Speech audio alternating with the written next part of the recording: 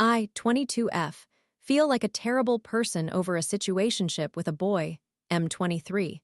Was this situation entirely my fault? Last year, I made the decision to try dating apps. It was my first year at university. Additionally, since I was in a new country, I wanted to meet new people. When I went out with these individuals, I thought to myself that if it didn't lead to a romantic relationship, or if it didn't seem that way, I'd prefer to remain friends with the guys I met because some of them were really cool, just not someone I wished to pursue romantically. People around me shared insights on how modern dating operates. Initially, I didn't quite understand, but over time, I started to grasp it. However, when I eventually developed feelings for someone, I would go overboard and stop communicating with other potential matches, fixating on that one individual, but of course, those other people were still seeing other girls because they needed more time, which is completely fine.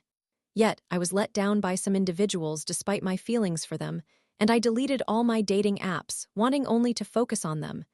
It was okay. I wasn't too impacted by it. Last July, I faced some personal challenges that culminated in a severe mental breakdown from which I did eventually recover. However, during my summer break afterward, I felt extremely lonely. I recognized that this wasn't particularly healthy, but I planned to hang out with people I met on dating apps almost every day to have some company since most of my friends were on vacation. Everything seemed fine until I met a wonderful guy, let's refer to him as Lucas. I encountered him on a Thursday and decided to meet again the following day since our first meeting went exceedingly well. Everything felt so lovely, and although it wasn't my initial plan, I ended up staying over at his place after we shared an intimate moment. However, on Saturday, I already had a prior date scheduled from a week or two earlier. Lucas drove me to the station after we spent the night together. During that date, all I could think about was Lucas. It turned out to be absolutely dreadful because the person I met was rather arrogant, and frankly, I didn't even want to maintain a friendship with him.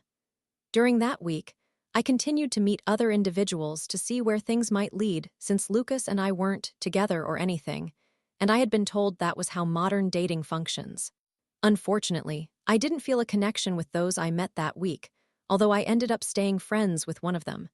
I found myself wanting to text or call Lucas every day, but he would barely respond, leading me to think that maybe he didn't feel as strongly about me as I did about him.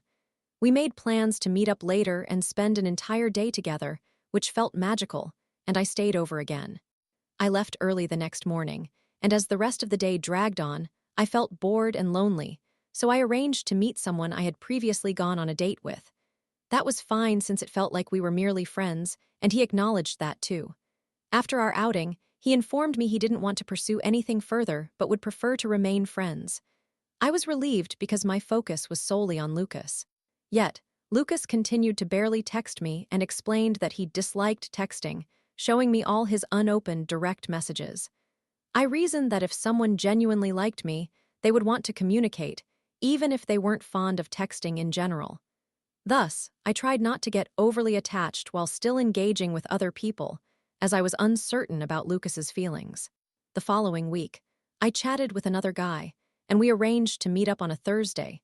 However, Lucas informed me he was free that day and would be leaving for Scotland the following Friday to visit family. I rescheduled my date with the other guy for Friday and prioritized meeting Lucas on Thursday since I was saddened by not being able to see him for a week. Our date was wonderful. We kissed, held hands, and engaged in cute moments.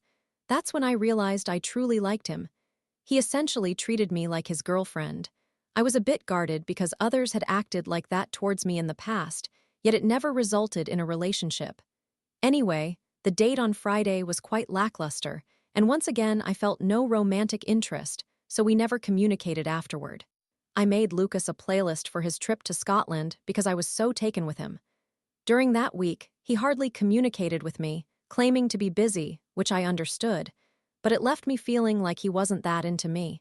If I were interested in someone, I'd make an effort to text them each day, even if I was busy.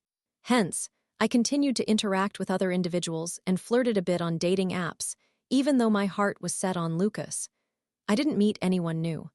On Wednesday, I attended a freshers' party where a guy approached me. I had quite a bit to drink, so I ended up crying and venting about how I liked someone but feared they wouldn't reciprocate because they were too good for me. That's how I felt. The next morning, Lucas finally video called me and I was overjoyed. I recounted what had happened the previous night and he asked, "Who is this person you like so much?" I blurted out, "It's you." He responded, "Well, problem solved, I like you too." I felt so nervous that I began to cry, not believing what I had just heard. Later that evening, I questioned whether he had only said it out of pity for me, but he laughed and reassured me that he meant what he said. I was incredibly happy.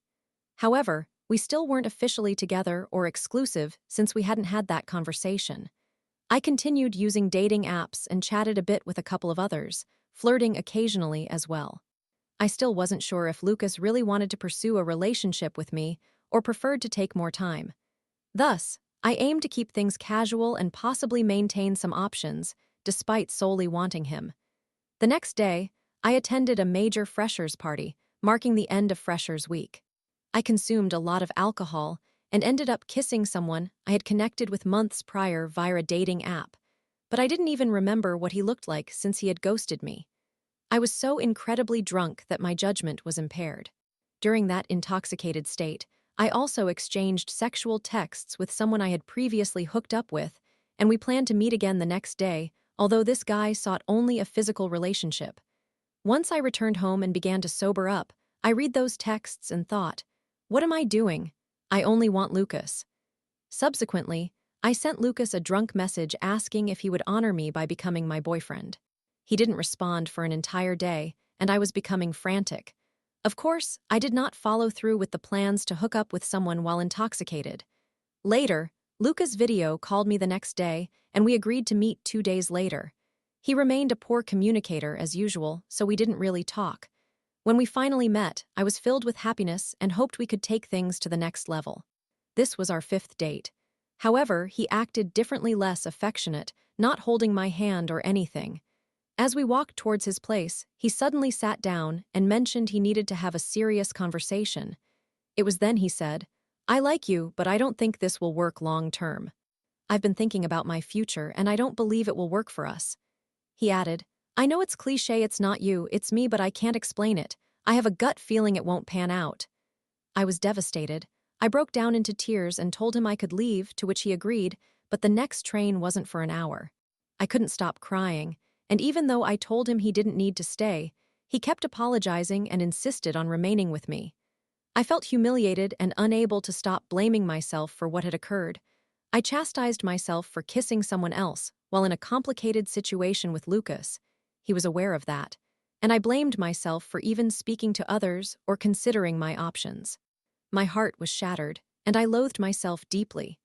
He assured me that I had done nothing wrong and that I was wonderful, continually kissing my forehead and hugging me while I cried, offering to drive me home, but I declined.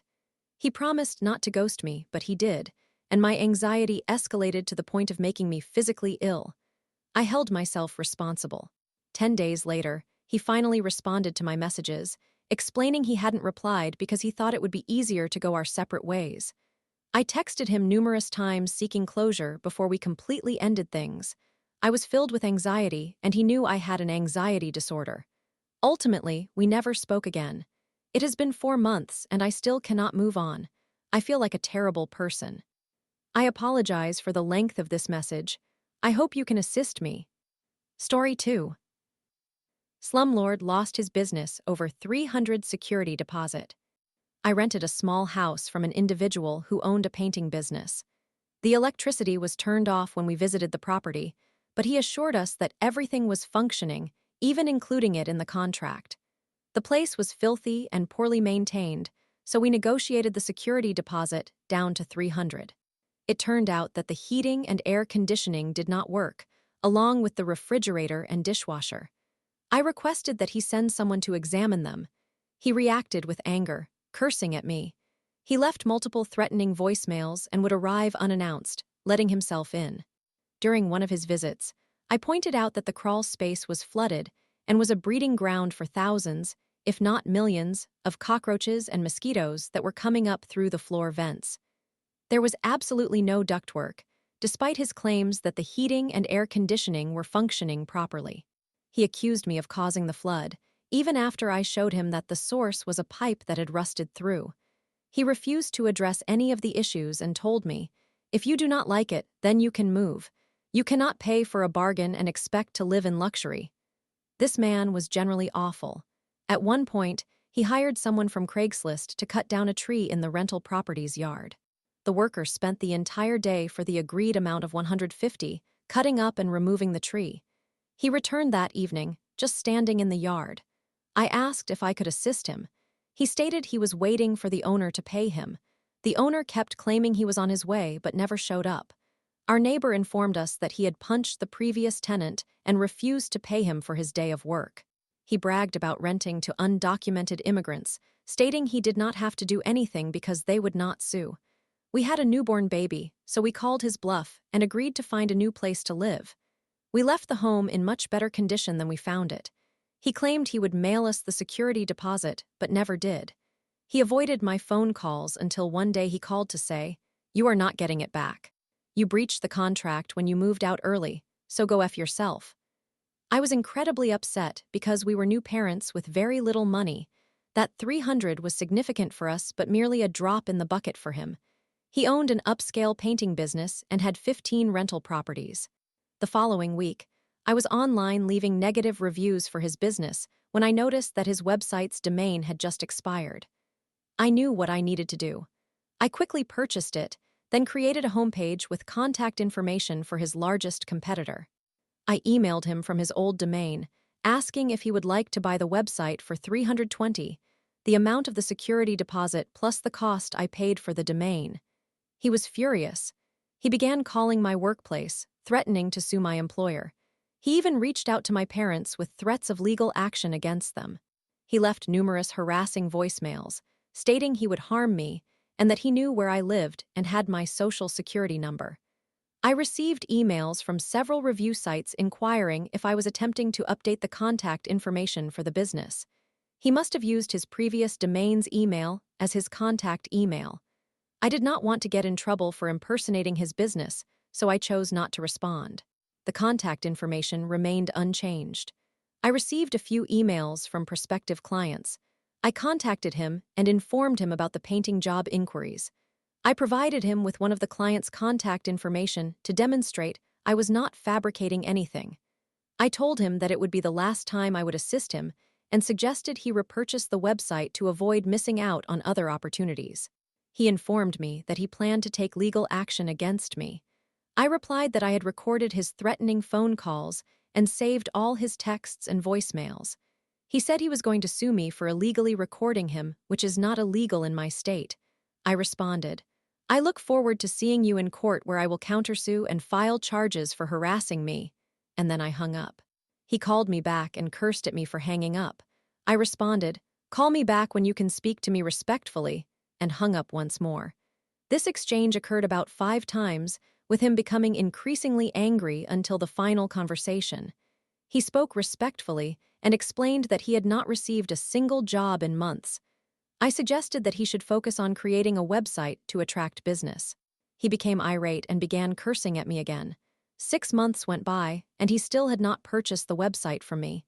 He called me, pleading for me to do the right thing and return the website. I informed him that the current price was $350. 6 months later, I received another call from him, and I told him the new price was $380. Eventually, he texted me to state, "I went out of business."